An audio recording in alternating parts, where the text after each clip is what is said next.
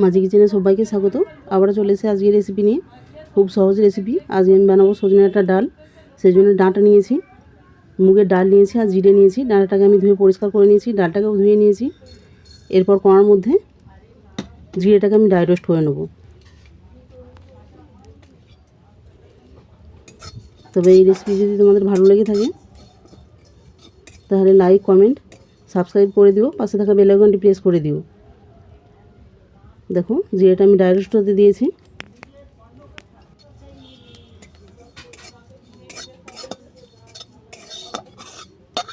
দেখুন নেড়ে চেড়ে ড্রাই রোস্ট হয়ে গেছে। এবার আমি নামিয়ে নিচ্ছি।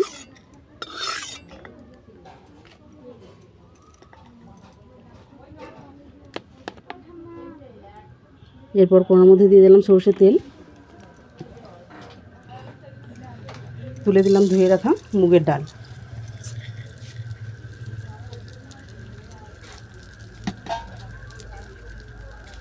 এটাকে নেড়ে চেড়ে হালকা করে আমি ভেজে নেব।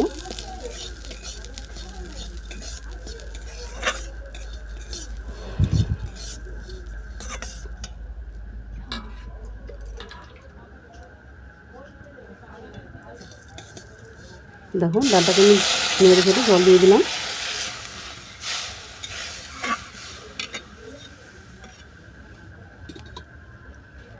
এবার ডালটাকে আমি কিছুক্ষণ ফুটতে দিলাম।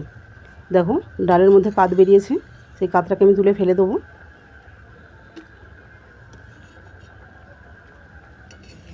পরিষ্কার করে কাতটাকে তুলে নিয়েছি।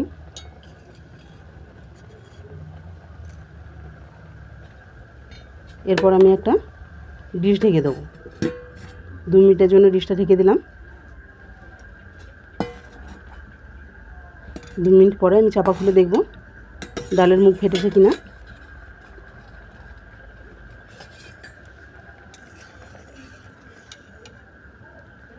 দেখো ডালের সুন্দরভাবে মুখ ফেটে গেছে। এরপর ধুয়ে রাখা ডাঁটাটা আমি এর মধ্যে তুলে দেবো।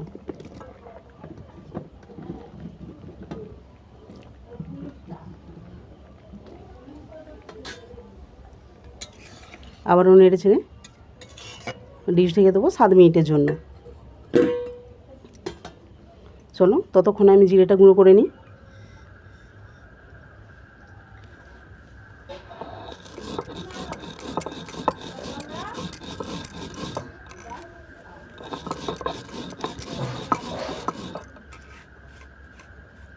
দেখো জিরেটা ভালোভাবে গুঁড়ো হয়ে গেছে।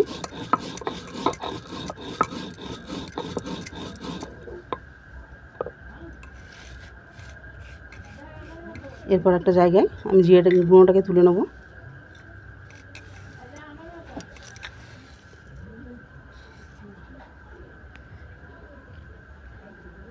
আবারও ডালের চাপা খুলে দেখব ডালটা সেদ্ধ হয়েছে কিনা।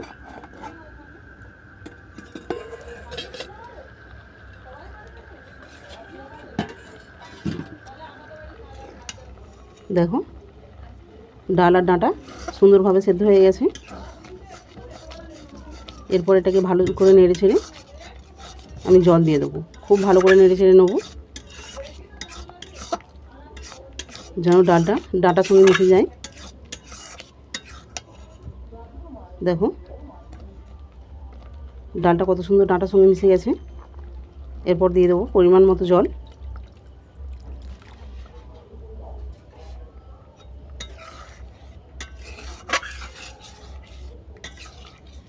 আবারও ভালো করে নেড়ে ছেড়ে নিলাম। দিলাম স্বাদ মতো লবণ।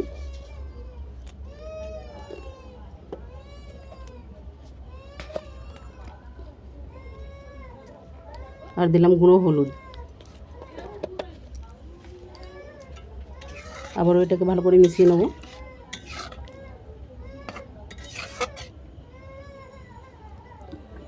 এইভাবে ডালটাকে আমি ফুটতে দিলাম। দেখো ডালটা ভালোভাবে ফুটে গেছে। আবারও ভালো করে নেড়ে ছেড়ে আমি ডালটাকে নামিয়ে নেব। আবারও কড়ার মধ্যে দিয়ে দিলাম সরষের তেল।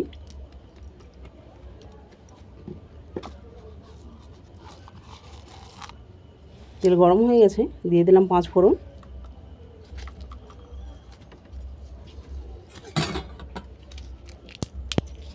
তেজপাতা, আর দিয়ে দেবো শুকনো লঙ্কা। ফোড়নটাকে ভালো করে ভেজে নেব।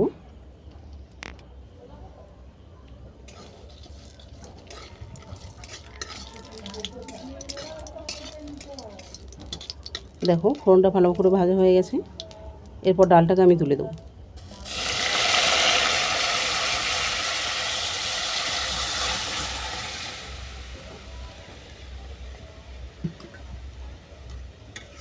আবারও ডালটাকে ভালো করে নেড়ে চেড়ে ফোড়নটা মিশিয়ে নেব।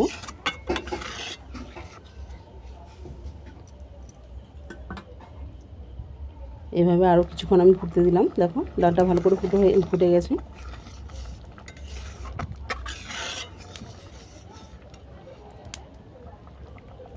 এরপর দিয়ে দেবো জিরে গুঁড়ো।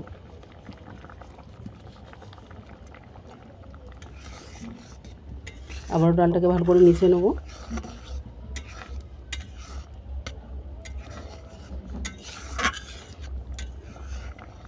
চলো ভালো করে মেশানো হয়ে গেছে।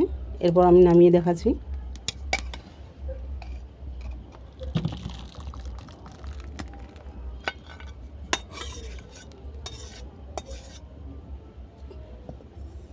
ডালটাকে নামিয়ে আবারও আমি কিছুটা জিরে গুঁড়ো গার্নিশের জন্য দিয়ে দেবো।